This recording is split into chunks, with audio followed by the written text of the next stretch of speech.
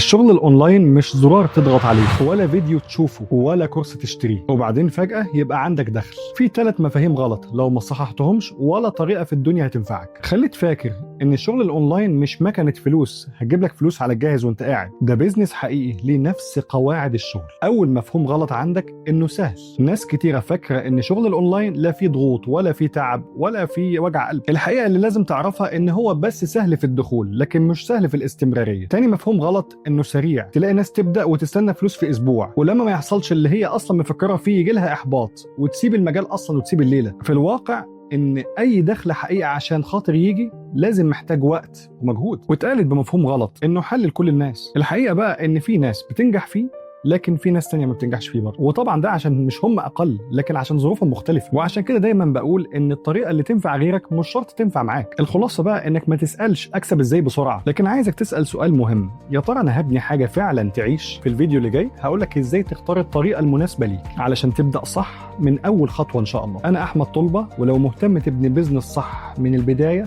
تابعني علشان اللي جاي هيفيدك اكتر. بالتوفيق.